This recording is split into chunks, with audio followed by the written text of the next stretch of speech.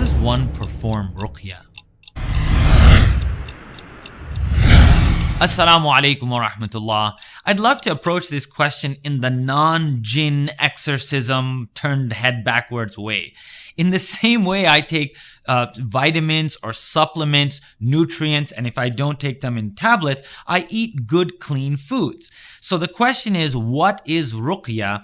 Ruqya is the healthy amount. It's a detox for your spirit. So a lot of us get from lying, from the usage of different toxins, could be our own sins, our own thoughts. We all build up some septic, there's some toxicity that builds up into our spirit. Now, long exposure to not being clothed, not cleaning our bathroom number 1 and 2 properly, the things that you would consider normal hygiene, when we start getting loose there, if we open ourselves up to long periods of nakedness, and really it's kind of like you're only going to be doing these things when the prayer has fallen apart. So I'm only giving that one sentence there.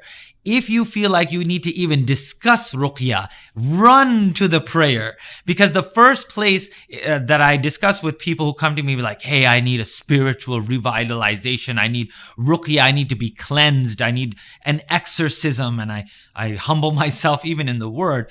Return back to your prayer. So what's ruqya? It is a spiritual diagnostic test to see whether you're reacting adversely to the recitation of Quran. Yes, in certain cases, you can recite Quran and someone will say, I feel uncomfortable, please calm down. You can recite Quran and blow onto some water and they'll say the water tastes bitter. It's not just all about jinn, like jinn don't make up 80% of these situations. It's the spiritual toxins we put in our body. It's the unfettered music that we don't listen to. It's the movies and the thoughts that we allow in.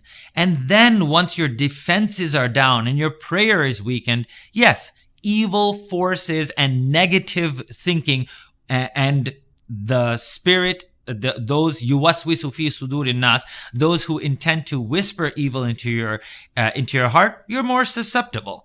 So if you could try today, what is ruqya is when a trained, certified spiritual nutritionist comes and evaluates and says, hey, you're not praying Fajr. I've seen ruqya specialists come to people and say, your issue is just make the Fajr. That's where I'll start. People would say, how would you know? There's a darkness on the body. There's auric fields that are incomplete.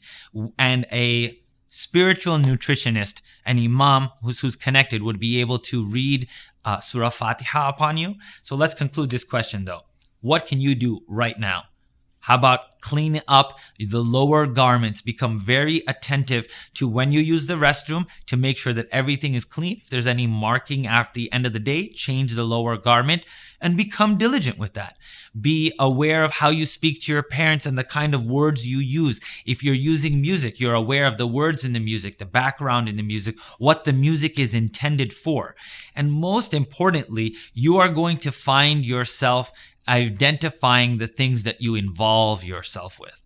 So no, there isn't a jinn lurking around every third corner, but all of us are spiritually affected by everything we do. Either you assimilate it or you have to eliminate it. And that also includes all the things we take into our spirit. Ruqya is a great way for you to stay involved. Please read Surah Fatiha.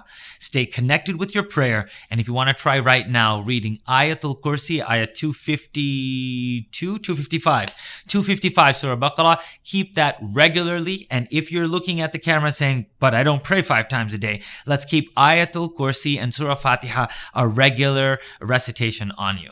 I hope that you can leave this. There's one scene from the first Mummy where there's a guy running away from the mummy and he's kind of like the con guy. He plays with the bad guys. He's working with the good guys. He has a ta'weez, he has a cross, he has all of these things. And as the mummy's running at them, he's kind of kissing and praying on every omen and praying to every god. Don't make ruqya into that. Don't make this concept of ruqya being like some omen-based thing. your Lord intended for you protection. This is for a very small group, and you're probably not affected by it, but definitely affected by the negative thoughts that surround us. I hope this was a right place for us to start the Ruqya discussion, and let's start loving Allah subhanahu wa ta'ala so that we can all feel better and more healthy on the inside.